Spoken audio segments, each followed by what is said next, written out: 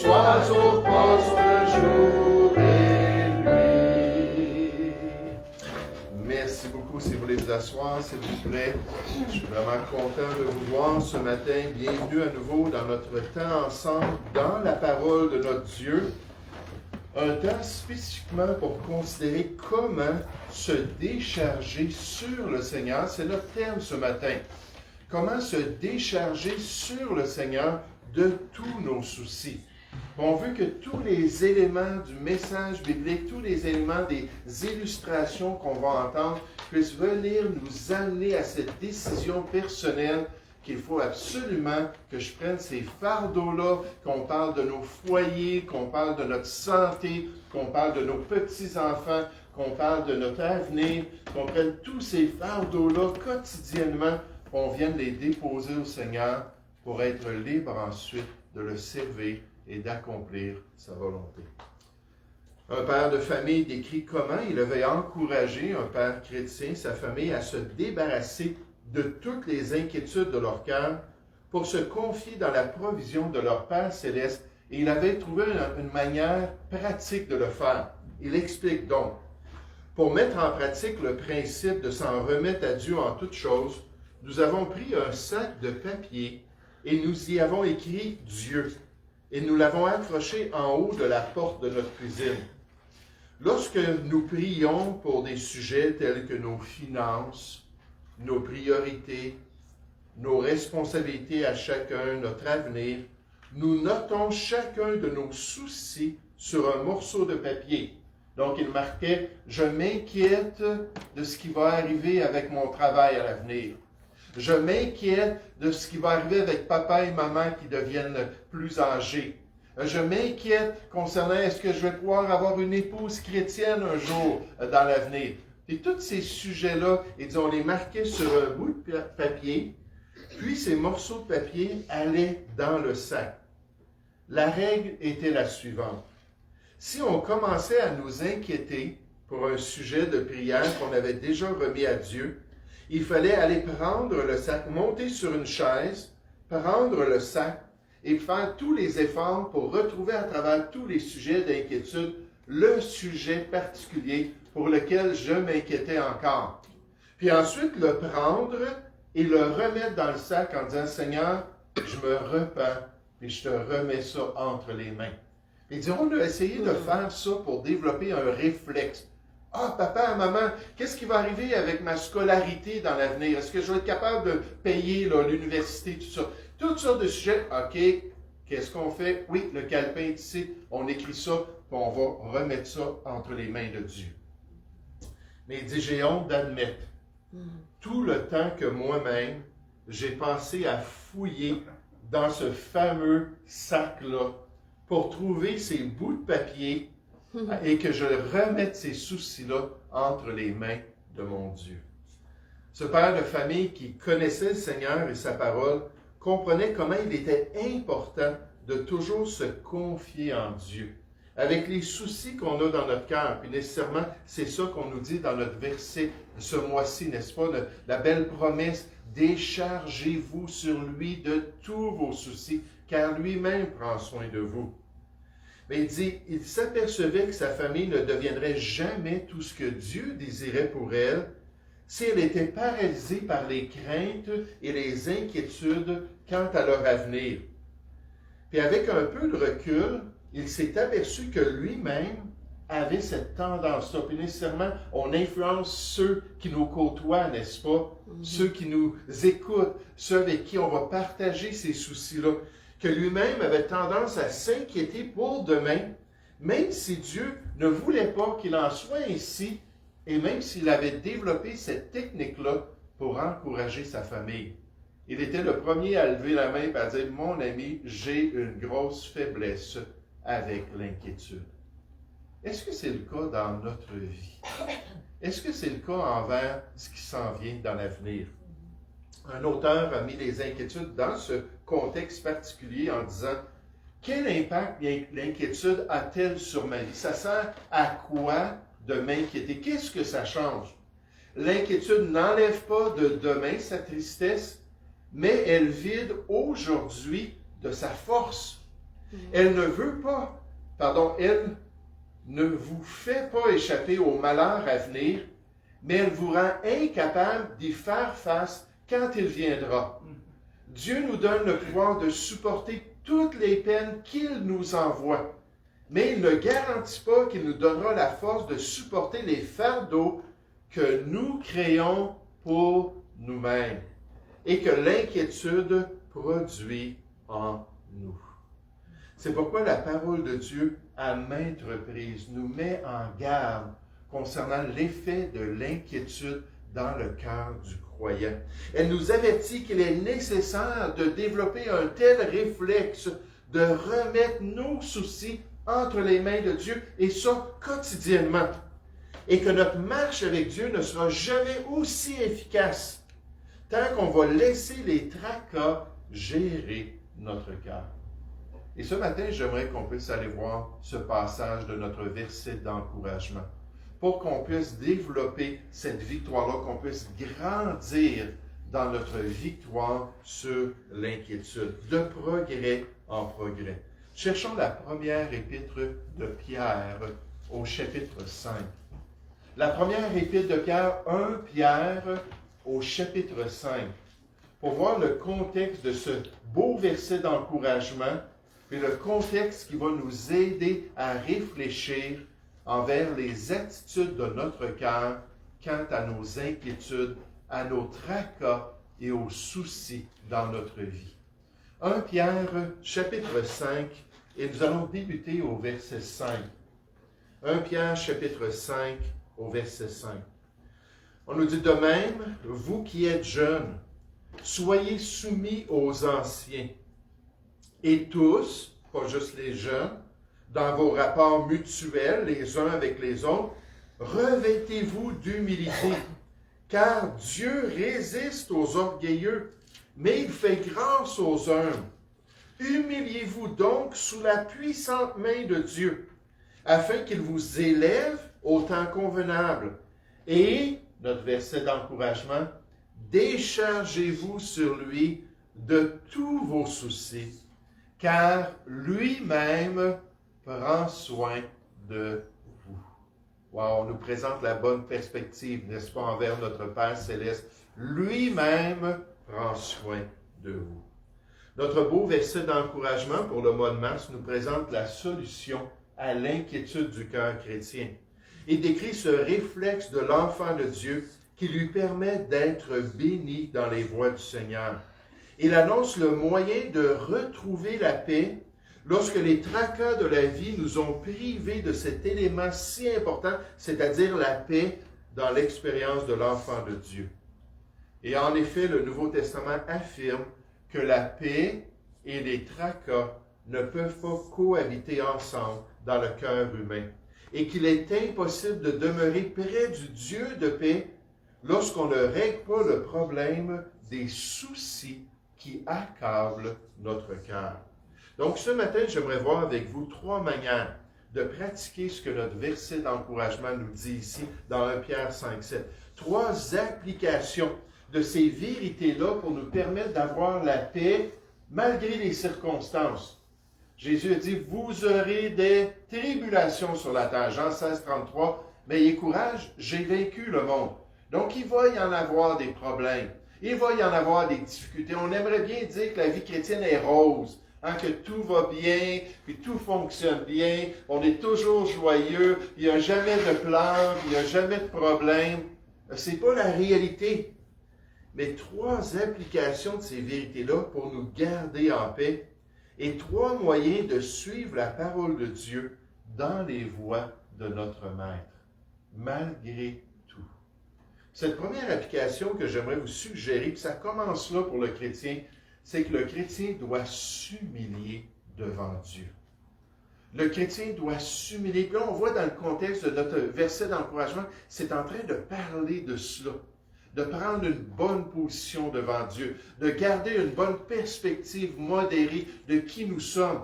Des fois en face de l'avenir, des fois en face des problèmes, on dit « Seigneur, tu ne vois pas ce que je suis en train de vivre. Seigneur, tu ne comprends pas les difficultés auxquelles je fais face. » Puis là, on est tellement dedans qu'on ne réalise pas qu'on parle au Dieu de l'univers, à notre Père céleste qui est plus grand que toute chose. On ne se met pas dans cette perspective-là de gérer les sentiments de notre cœur avec l'humilité qui est nécessaire pour le faire dans la présence de Dieu. Le chrétien doit s'humilier. Et peut-être que ça peut sembler un peu étrange pour nous, mais le chrétien doit absolument accepter que Dieu est plus grand que lui-même, que son raisonnement, que sa perspective de l'avenir. Dieu est tellement plus grand. Il faut accepter que Dieu sait ce qu'il fait dans notre vie. Il faut comprendre que Dieu est assez sage et puissant pour permettre seulement ce qu'il désire et ce qui va concourir à notre bien, parce qu'en tant qu'enfant de Dieu, on a une promesse qui vient de sa personne. Il nous dit, nous savons du reste que toute chose concourt au bien de ceux qui aiment Dieu. Oui, mais c'est pénible, Seigneur. Oui, mais c'est douloureux, cette maladie-là. Oui, mais c'est dur de penser à ce qui se passe dans ma famille, puis ce qui se passe là, avec mes amis. Et Dieu dit, oui, mais ces choses-là dans ta vie, si tu gardes la bonne attitude, si tu t'humilies devant moi, Dieu va tout mélanger comme un gâteau. Hein? On aime ça là, quand le gâteau est cuit, puis on va en profiter. Mais j'aimerais vous dire, quand on mélange les éléments de la farine, la poudre à pâte, les œufs, les différentes choses dans le gâteau, c'est pas le temps de le manger. Là. Un petit peu de farine. Oh, la poudre à pâte. Les œufs. Moi, je trouve ça pas si pire, des œufs tout ça, comme ça. Mais tout mélanger ça ensemble, faire cuire ça, ça va concourir à un bon dessert pour ceux qui aiment le dessert. Mais Dieu dit que toute chose que j'envoie dans ta vie, je le gère, que toute chose, je le permets, que toute chose va venir pour pouvoir te transformer, pour pouvoir t'établir dans mes voies. En fait, il n'y a aucune tentation, aucune épreuve, le mot peut être un ou l'autre, qui nous est survenu, qui n'ait été humaine, Dieu gère cela, et Dieu qui est fidèle ne permettra pas que vous soyez tentés au-delà de vos forces. On ne pourra jamais dire devant Dieu, c'est trop pour moi. Dieu dit, non, non, c'est pas trop pour moi. Pour toi, parce que moi, je suis dans ta vie, et moi, je vais me manifester. Et Dieu sait ce qu'il fait, et il désire qu'on lui fasse confiance.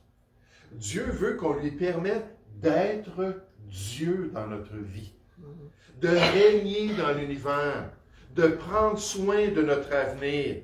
Il veut pouvoir se manifester ainsi si on est prêt à lui faire confiance, si on est prêt à s'humilier. Mon raisonnement, Seigneur, est imparfait, je vais faire confiance au tien. Ma perspective est très limitée, je vais faire confiance à ta perspective. Et là, on va pouvoir aller de l'avant envers les problèmes de notre vie en ayant confiance en Dieu. Regardez cet élément-là de l'humilité dans le passage, au verset 5. Ça dit de même, vous qui êtes jeunes, soyez soumis aux anciens. L'idée, c'est de se placer sous l'autorité des anciens. Ceux qui sont plus âgés, mais si on regarde les 4 premiers versets, ça nous parle des dirigeants dans l'Église. Donc, de se soumettre finalement à la direction des enseignants, la direction des pasteurs, des évêques dans l'Église de Jésus-Christ. Et ça, c'est pas facile, n'est-ce pas? N'importe quand qu'on se soumet à un être humain, on peut avoir des craintes. Il y a tellement d'imperfections, il y a tellement de problèmes qu'on dit, Seigneur, il faut que tu agisses, puis il faut que tu diriges ce dirigeant-là pour qu'il nous montre la bonne voie. Là, ça continue encore avec cette attitude-là, et tous, dans vos rapports mutuels, lorsqu'on parle les uns avec les autres, lorsqu'on se côtoie, peut-être lorsqu'on descend en bas pour un bon mets ensemble, qu'on a du temps de communion fraternelle, c'est-à-dire revêtez-vous d'humilité. Ayez la bonne perspective.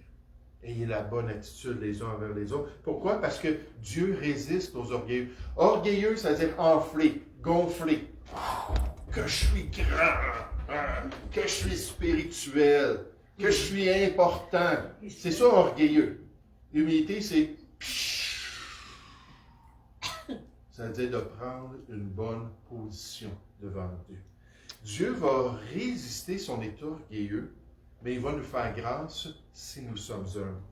Là, ça dit, humiliez-vous donc sous la puissante main de Dieu. Donc là, envers les dirigeants, envers les autres croyants, et surtout envers Dieu. Humiliez-vous donc sous la puissante main de Dieu, et dans ce même contexte-là, afin qu'il vous élève au temps convenant, et déchargez-vous sur lui de tous vos soucis, car lui-même prend soin de vous. Dieu, tu es tellement grand. Mon Père céleste, tu es tellement majestueux. Tu es tellement souverain sur toutes choses. Et tu m'aimes.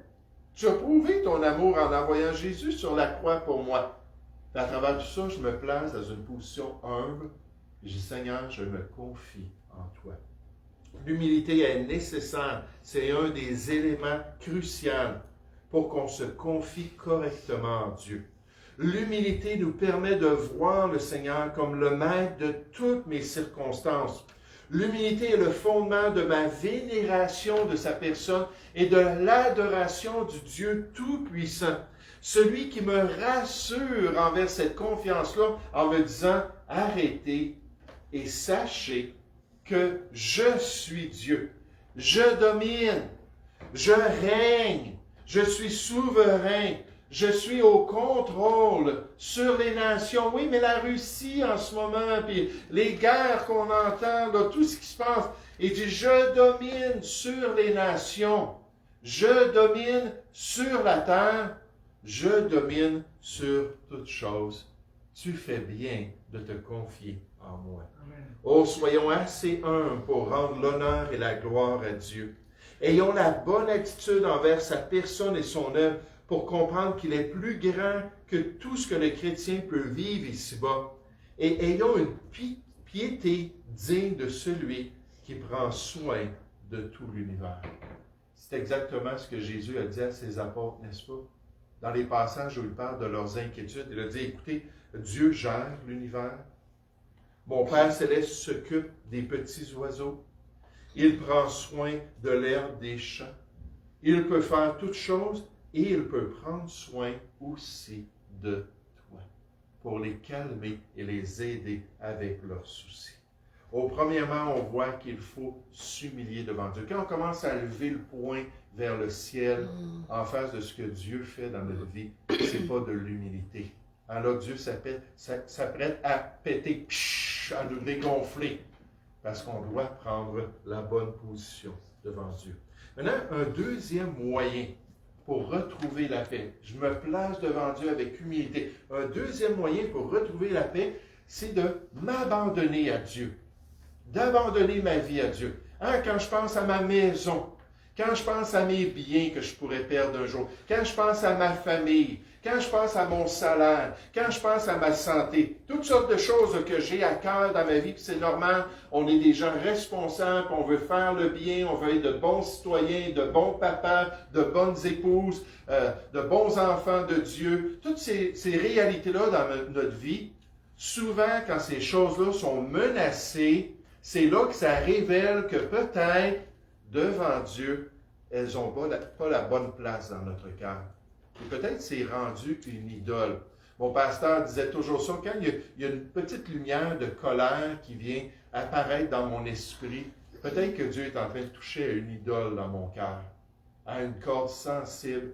Et là, il me demande, donne-moi donc cette idole-là. Remets-moi ça entre mes mains. C'est tellement un point important. On doit abandonner nos droits et nos libertés entre les mains de Dieu.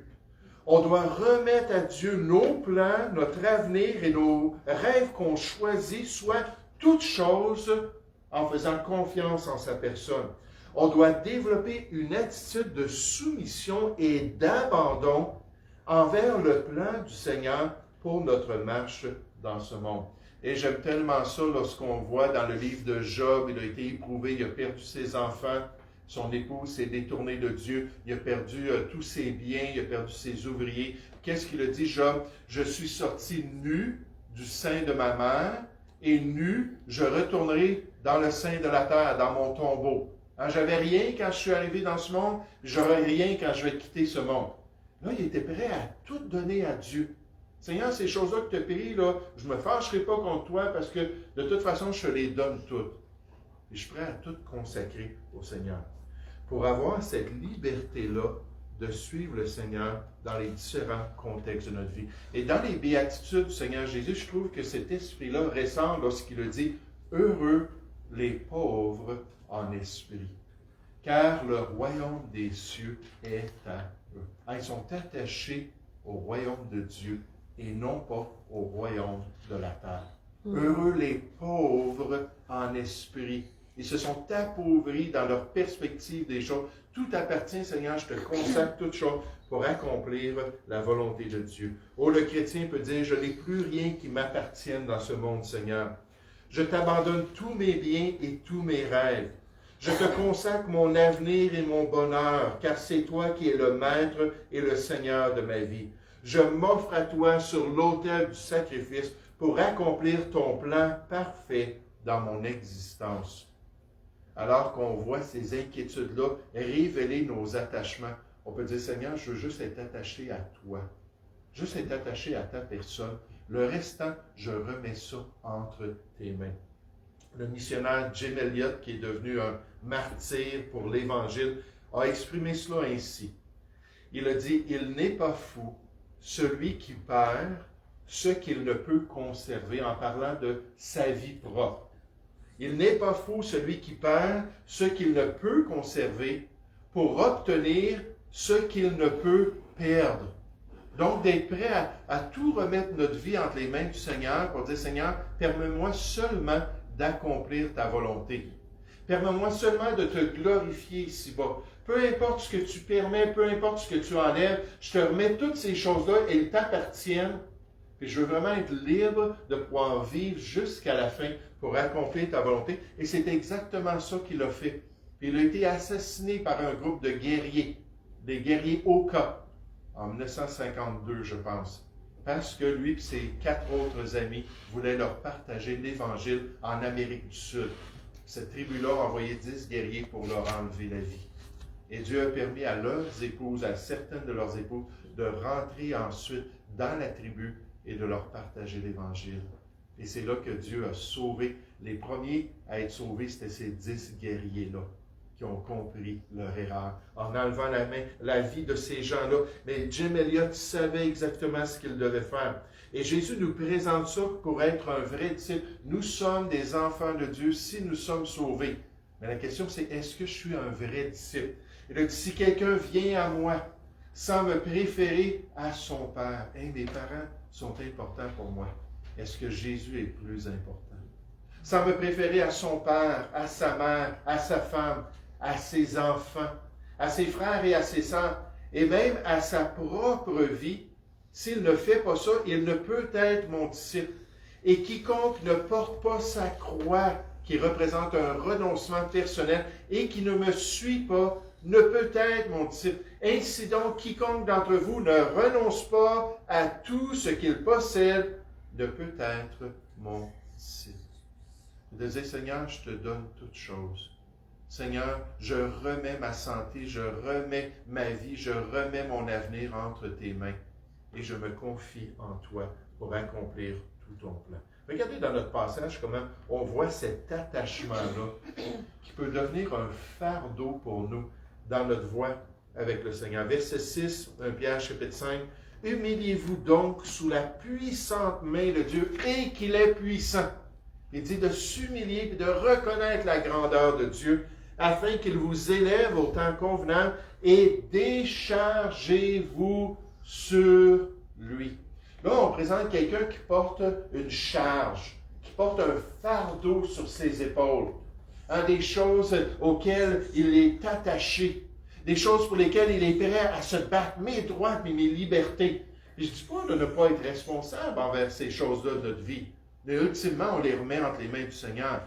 Et là, toutes ces choses-là, ces attachements-là de son cœur, puisque c'est lui qui gère ces choses dans sa vie, c'est lui qui s'en occupe, mais à cause de ça, ça devient pesant. Là, il est appelé à courir pour le Seigneur, mais avec un sac à dos. Je ne sais pas s'ils portent 50 livres, les soldats, mais ils ne vont pas faire des gros marathons. Quelques kilomètres, c'est tout. Là, on a toutes ces choses-là pour lesquelles on est prêt à lutter, puis qui deviennent des fardeaux sur notre vie.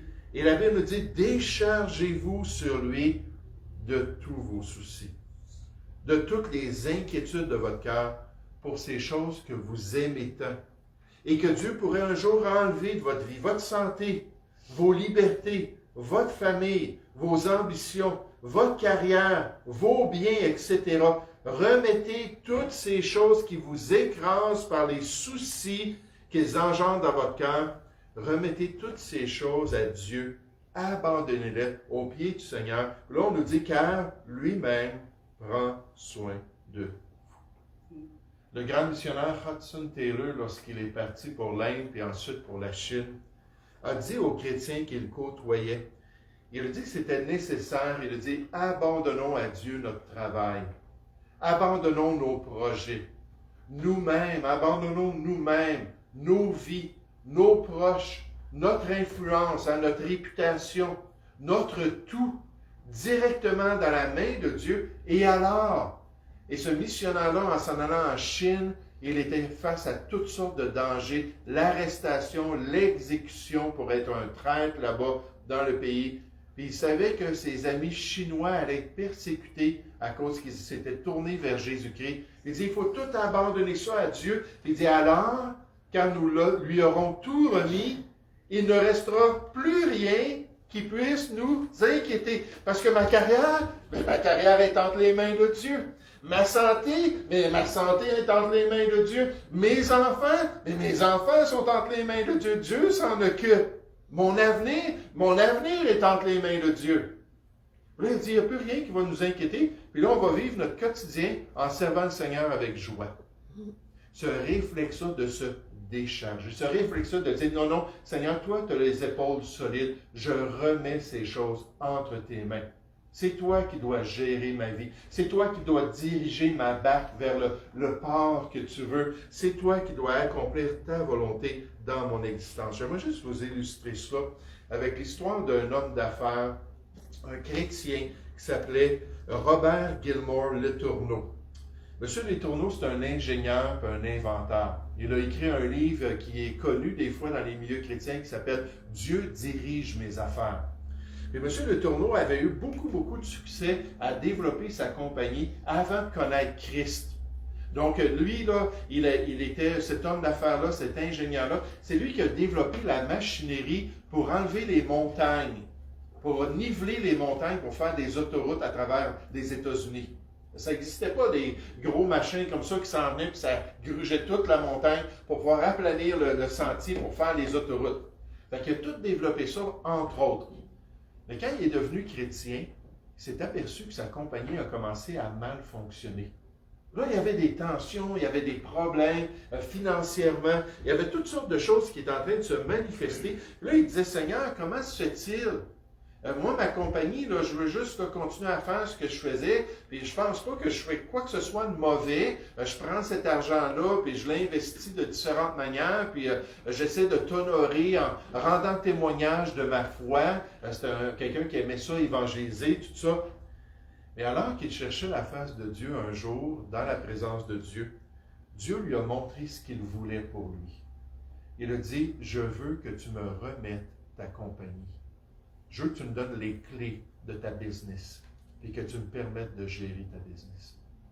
Là, lui, c'était difficile. C'était un homme qui avait eu du succès. C'était un génie, le gars. C'était un homme qui était un bon patron en plus. Là, Dieu a dit non. Il dit, c'est à moi cette compagnie-là. Fait qu'après un peu de lutte, finalement, il a dit, ben oui, Seigneur. Il dit, toi, tu peux faire tellement plus que moi. Il dit, tiens, il dit, je prends là, cette compagnie-là, puis je la remets entre tes mains. Tout de suite, la paix est venue dans son cœur. Tout de suite, le succès est revenu dans son expérience personnelle et dans son expérience professionnelle. Puis il a dit, combien de fois je parle avec des hommes d'affaires, combien de fois je parle avec des chrétiens qui ont des luttes dans leur vie.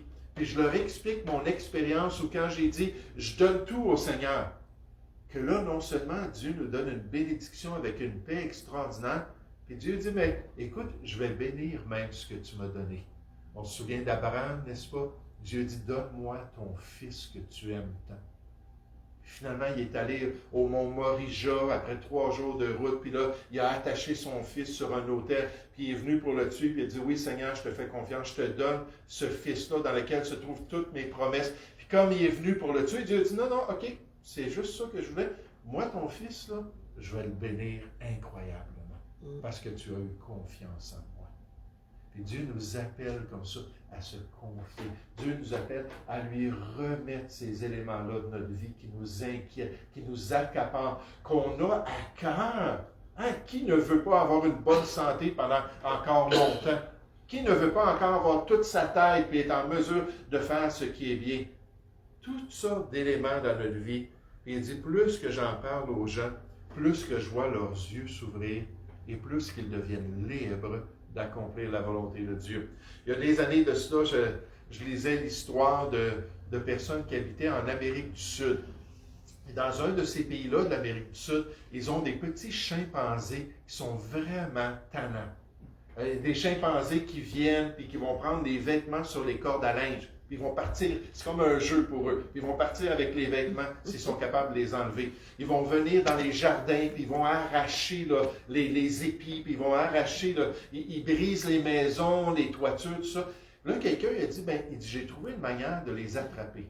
Il dit, c'est pas difficile, je prends une coconote, je fais un trou dedans, puis je mets des grains qu'ils aiment beaucoup. Puis là, le chimpanzé s'en vient, puis il regarde tout autour. Puis là, il prend une partie de ces grains-là. Puis là, il est tout content, puis il vient pour tirer. Puis étant donné qu'il a serré son poing sur les grains, il n'est pas capable de sortir son poing. Puis là, il est là, puis là, il panique. Là. Puis là, tu sais comment ça crie, hein, ces petits chimpanzés-là. Là. Puis là, ça panique, là, puis ainsi de suite. Ça serait tellement facile d'être libre. Là, les gens s'en viennent avec un sac, n'est-ce pas un sac, mais un filet pour les attraper. Tout. Là, ils sont là, puis ils paniquent. Ils sont pris. Qu'est-ce qu'ils devraient faire? Juste laisser faire leurs petits grains. Ils ne le font jamais. Pourquoi? Parce qu'ils veulent ces grains-là, qui sont prêts à perdre leur liberté pour les avoir. Combien d'entre nous, on n'est pas libre dans notre vie? Combien d'entre nous, on a tous ces problèmes-là qui nous accaparent parce qu'on ne dit pas « Oui, Seigneur. Oui, je te donne mon épouse, Seigneur. Oui, je te donne mes enfants, Seigneur. Oui, je te donne mon avenir, Seigneur. Oui, je me confie en toi. » Oh, en tant que chrétien, il faut tout remettre entre les mains de Dieu. Le croyant doit s'humilier. Dieu est tellement plus grand, il sait ce qu'il fait. Le croyant doit se consacrer, il doit abandonner toutes choses au Seigneur. Puis juste remettre ces éléments-là de sa vie. Et dernièrement, le chrétien doit se confier dans la provision de son Dieu. Le chrétien, l'enfant de Dieu, doit se confier dans la provision de son Dieu. Il doit accepter qu'en tant que bon père, le Seigneur va toujours prendre soin de ses enfants. Il ne peut pas se renier lui-même si on fait partie de sa maisonnée, si on fait partie de ceux qui sont sauvés. Il ne peut pas, il est engagé envers nous. Et en tant que chrétien, on peut avoir confiance que faisant partie de sa famille, il va pourvoir à tous nos désirs, à tous nos besoins. Regardez dans notre verset 7, cet encouragement-là. 1 Pierre 5, 7, « Et déchargez-vous sur lui de tous vos soucis, car, c'est pas pour rien qu'on nous dit ça, il y a une bonne raison, une belle promesse, car lui-même prend soin de vous. » Il est un bon Père céleste. Il est celui qui est appelé le fidèle, celui qui est engagé, celui qui va toujours faire ce qui est bien envers ses enfants. Jésus a dit à ses disciples, lorsqu'ils ont quitté leur gagne-pain, certains étaient des pêcheurs, des collecteurs d'impôts, et différents métiers qu'ils avaient, ils ont tout quitté ça. Ils ont quitté leur source de revenus pour suivre le Seigneur Jésus. Jésus a dit, vous savez, si vous cherchez premièrement le royaume et la justice de Dieu, vous marchez avec le Seigneur, vous vivez pour Dieu, vous suivez sa volonté, il a dit, toutes ces choses vous seront données par-dessus. Qu'est-ce que je vais porter? Puis qu'est-ce que je vais manger? Qu'est-ce qui va arriver avec moi? Il a dit, toutes ces choses-là, Dieu va s'en occuper. Il s'engage à le faire. Il veut qu'on lui fasse confiance. Paul a dit à l'Église chrétienne, à Philippe, Il dit, et mon Dieu pourvoira à tous vos besoins. Tous vos besoins, selon sa richesse avec gloire en Jésus-Christ. Et encore une fois, or à celui qui peut faire par la puissance qui agit en nous infiniment au-delà de tout ce que nous demandons ou pensons. Est-ce que Dieu peut pourvoir un peu? Est-ce que Dieu va pourvoir dans certaines circonstances? Je vais vous dire, dans sa volonté, il peut pleinement pourvoir à toutes choses. Tout ce qu'on demande ou pensons, à lui soit la gloire. Dans l'Église, on va le glorifier. Et en Jésus-Christ, étant donné qu'on est sauvé, on va le glorifier dans toutes les générations, au siècle des siècles, éternellement. Amen. Puis en tant que chrétien, il faut être prêt à nous confier dans le cœur de notre Père céleste. Il faut accepter ses promesses de provision et de soutien en toutes choses. Et il faut croire qu'il est celui qui a tout payé déjà pour notre salut. Dieu a fait le plus grand des sacrifices. Il nous dit, lui qui n'a point épargné son propre Fils, il a livré Jésus, celui en qui il avait mis toute son affection, la Bible nous dit, le Fils unique de Dieu. Il a sacrifié son propre Fils. Il l'a livré pour nous tous. Comment ne nous donnera-t-il pas aussi toutes choses avec lui? Une fois qu'on est rentré dans cette relation-là, Dieu peut prendre soin de tous nos besoins. Une étude chrétienne dit concernant les enfants de Dieu que l'anxiété d'une personne moyenne se concentre à 40% sur des choses qui n'arriveront jamais. D'après des sondages, des inquiétudes qu'on a, à 40%, presque la moitié, c'est des choses qui n'arriveront jamais dans notre vie. À 30%, sur des choses du passé qui ne peuvent être changées. Oubliant ce qui est en arrière, la Bible nous dit, et nous portant de ce qui est en avant. Donc, on oublie ces choses-là. On ne peut pas les changer. À 12% sur les critiques des autres. Les gens que je côtoie, puis qui parlent contre moi, puis ainsi de suite. Et ça peut nous préoccuper. La plupart du temps, ce qu'ils disent, c'est faux de toute façon. À 10% sur notre santé qui s'aggrave avec le stress. Ça, c'est un cercle vicieux, n'est-ce pas? On s'inquiète pour notre santé. Qu'est-ce qui va arriver avec ma santé? Qu'est-ce qui va arriver alors que je vieillis? Puis là, on est en train de disposer notre corps à être malade. Parce que le stress, c'est un des éléments qui est le plus reconnu. Le stress, cette inquiétude-là, cette pression-là que je tolère dans mes pensées, dans mon cœur, c'est un des éléments qui affecte mon système immunitaire et qui affecte ma santé. Là, il dit 10% du temps, ce qui nous vient à l'esprit, c'est des choses qui nous aident vraiment pas. Et à 8% sur des problèmes réels à affronter un jour par la grâce de Dieu et le lendemain aura soin de nous-mêmes. Donc, on voit vraiment l'inutilité de l'inquiétude. En tant que chrétien, est-ce qu'on est prêt à s'humilier devant la personne de Dieu? Là, à se diminuer nous-mêmes. Je suis habitué, je suis au contrôle de ma vie, je suis habitué, c'est moi qui ai une volonté forte. Je vais vous dire en ce moment, j'en rencontre des gens. Là, je ne parle pas des chrétiens nécessairement, mais juste dans la société. Hier, j'ai parlé avec un couple, puis la femme me parlait, là, oui, on va faire ça, puis il y a beaucoup de personnes qui ont des grosses volontés fortes. Puis là, certaines de ces personnes-là viennent au Seigneur, puis gardent cette attitude-là. Je suis au contrôle, puis je vais gérer ma vie. Dieu me dit non, c'est moi maintenant qui gère ta vie. Fais-moi donc confiance. S'humilier devant Dieu, comme c'est important. Deuxièmement, peut-être que Dieu ferait sortir un peu des idoles dans notre cœur. On aime tellement nos enfants. On veut tellement le bien de nos enfants, nos petits-enfants, pour certains, nos arrière-petits-enfants, que là, ça devient tellement quelque chose qui nous consume, qui nous préoccupe. Dieu dit, écoute, moi, je ne suis pas plus important qu'eux. Fais juste me les remettre. Tout abandonner, tout donner au Seigneur, tout offrir à Dieu sur l'autel du sacrifice et se souvenir qu'il est un bon Père. Il va toujours prendre soin de ses enfants. On ne pourra pas quitter ce monde et arriver devant sa personne et dire, Seigneur, là, dans mes tribulations, tu n'étais pas là, et dans mes tribulations, tu m'as permis de subir des choses, puis jamais j'ai eu ton aide. On ne pourra pas dire ça. Si on est sincère, Dieu va toujours être présent dans notre vie. Oh, qu'on puisse grandir dans la victoire sur l'inquiétude, en développant la bonne perspective, en gérant nos pensées. Utilisez 1 Pierre 5,7. Déchargez-vous sur lui de tous vos soucis. De juste garder ça à l'esprit, Seigneur, oui, ça vient dans mon cœur, là, et là, je suis obligé de le sortir de mon sac, n'est-ce pas? Puis regarder, là, oh non, je te le remets, Seigneur, puis je me confie en toi. Nous allons prier ensemble. Ô Père Céleste, Seigneur, quel beau passage nous avons ce matin, quelle belle vérité, quelle belle promesse de provision. Seigneur, un texte et peut-être un message un peu plus complexe ce matin, mais qui nous amène, Seigneur, à faire des choix, qui nous amène à nous confier en toi de tout cœur.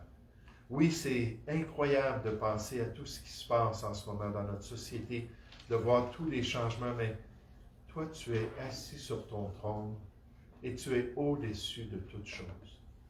Aide-nous, Seigneur, à vraiment faire ces 3 manières, Père, ce matin, par lesquelles on peut vraiment obtenir ta paix. En s'humiliant devant ta personne, en acceptant que tu es tellement grand, tellement au contrôle, en te remettant ces éléments-là qui nous troublent, te les consacrant, te les donnant, Seigneur. Comme ça ne sera plus nos fardeaux, ça sera tes fardeaux. Et Seigneur, en nous souvenant que toi, tu es un bon Père. Malheureusement, plusieurs d'entre nous, comme moi, nous n'avons pas eu de bons exemples parentaux. Et moi, je ne peux pas dire que j'ai eu un bon Père sur la terre. Mais Seigneur, toi, tu nous dis que tu es le Père parfait, idéal, toujours fidèle et toujours prêt à prendre soin de nos besoins. Guide-nous dans tes voies, aide-nous à grandir dans ta grâce. Nous te prions au nom du Seigneur Jésus. Amen. Donc, j'aimerais vous demander, en terminant, s'il vous plaît, je vais juste aller fermer ça. Je t'explique.